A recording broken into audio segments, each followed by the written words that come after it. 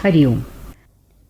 ते देखोन या दुर्योधने अव्हेरिले कवणे माने, जैसे न गणिजे पंचानने गजघंटाते.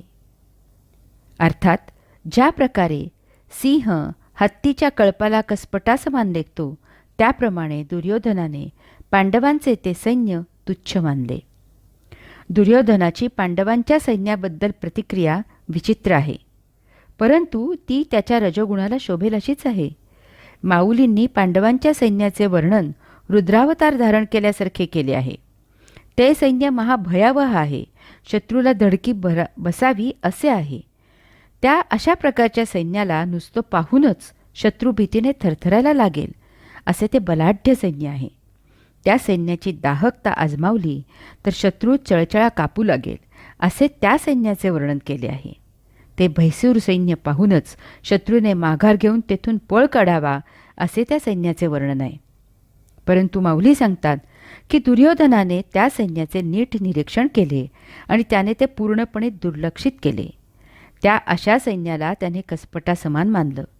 महापराक्रमी आणि बलाढ्य असलेला वनराज ज्याप्रमाणे महाकाया असलेल्या, महाबलाढ्य असलेल्या, महाशक्तिमान असलेल्या हत्तींच्या कळपाला तुच्छ मानतो, त्याप्रमाणे दुर्योधनाने पांडवांचे ते सैन्य तुच्छ मानले. अर्थात याला कारण त्याच्यामध्ये असलेला रजोगुण आहे.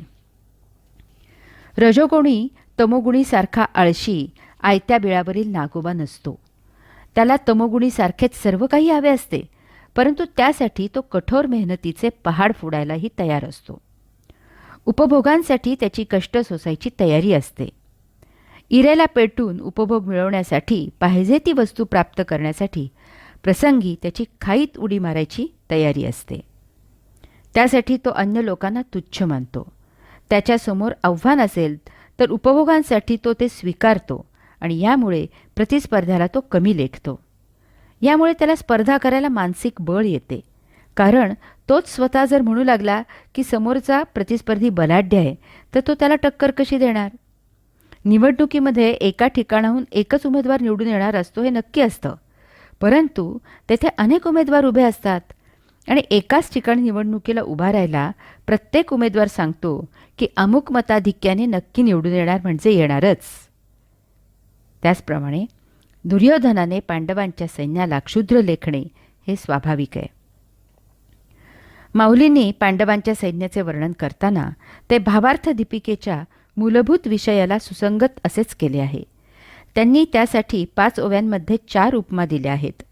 त्या भावार्थ दीपिकेच्या दृष्टिकोनातून मोठ्या पाहण्यासारख्या आहेत. ओवी क्रमांक 88 मधील ही उपमा पहा.